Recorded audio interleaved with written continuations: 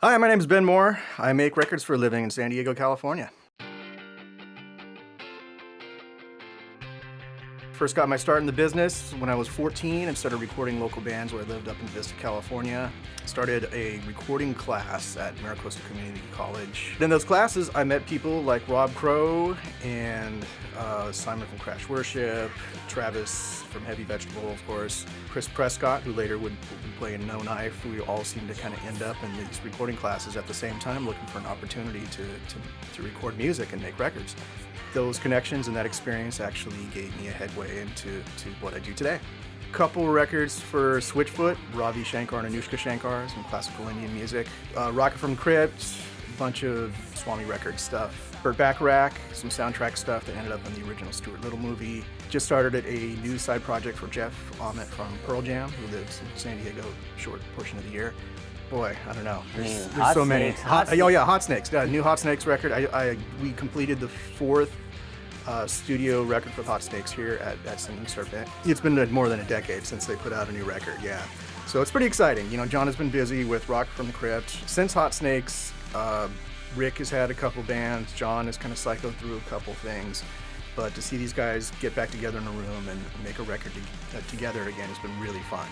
Because it's just the people kind of pick up exactly where they left off. I think if anything, they are more aggro than they've ever been before. I think when people hear their record, they'll hear that. You know, it's not like they've mellowed with age at all. Yeah, so what's how does that process start? You know, you guys have been connected throughout the years, of course. Obviously, you haven't been working on Hot Snakes for the last 10, 15 years, but how does that conversation start of like, where do you want to take it? Where do you want to do it at? Is there anything new you want to kind of start to do? A lot of that stuff is dictated by the band. You know, anytime a band comes out of cold storage, so to speak, there's always the discussion you need to have. It's like, well, do you want to sound like you did 10 years ago, 15 years ago, or do you want to try to bring it up to some modern standards and tweak things a little bit for the times? And in the case of the Hot Snakes record, it really didn't get decided. You know, everything was done so quickly and on such short notice that we just kind of trusted our first impressions as far as what was most exciting to us, which really you should be doing in the process of making an album anyway. But I don't think we ever got bogged down in the conversation where that sounds too new or that sounds too 90s or something like that. So the record has got a lot of really high fidelity elements to it, like, you know, subharmonic bass synthesizer and stuff that we experimented with on the first record but can do better now. The drum tracks are louder than wilder than ever. You know, the guitar tones are bigger and more in your face than ever, you know. So if anything, the changes in technology and the tools that we have to play with allowed us to make a better version of what was good about that band to begin with. They've been teasing out the songs that they've been putting out to promote the record don't sound like anything else like the rest of the record. It just cracks me up. Oh, you know, is it an acoustic album? No, come on. There's a song about Rick surfing.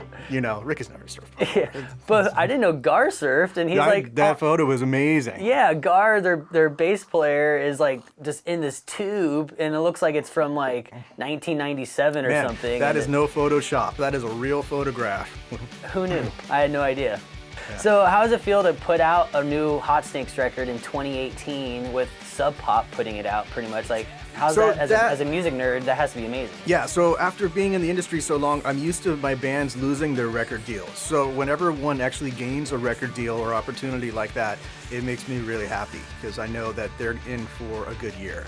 They're going to get the kind of support from that label and opportunities for shows and touring and television and stuff like that. That is just nearly impossible to do on your own garage label, you know? So I think it will do nothing but open doors and introduce that music to a wider audience. And because I believe in the record so much, I think it'll do nothing but good for those guys. Super stoked. And it's made right here in Kensington, right here. Right, exactly. Yeah, partially here and partially at audio design.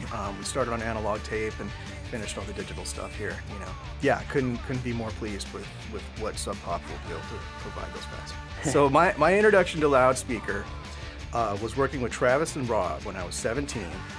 I'd done some stuff for Sub Society, and Travis was in some of my classes, and his new band, Heavy Vegetable, wanted to record some demos. So, and this is before Alea was even in the band. So we recorded a series of songs on analog. You know, I'm 17 at the time, and whatever, yeah, sure, this sounds like a great time. We did the recordings, and later on they added Alea to the group, and we had no tracks left. It was an 8-track analog machine. We had no tracks left, so she actually had to sing along with Rob on the way to the mix down. So there is no master recording of her track. The only one that exists is in that mix somewhere on an old DAT tape. So we actually bounced that down to a cassette, sent the cassette in the mail to Lou Niles, and he played it on the radio, and we were all thrilled about it. That was my first experience with Loudspeaker. You know, I was super excited, listened to the entire show, you know, afraid to walk away from the radio to hear, you know, my first piece of work broadcast on the air. You know, it was super exciting to me. Later on, as the show kind of changed hands over the years and stuff like that, still, you know, if I'm ever in my car, if I'm anywhere where I could put that show on, I listen to it. I learn a lot about bands I've never heard of before. I hear a lot of my own work, which is kind of gratifying still to hear it on the radio. Yeah, it's been a regular fixture in my life. You know, I make my living and have lived on the music business in San Diego, and I am thrilled that that show is still around today and offers a service to the bands that it does.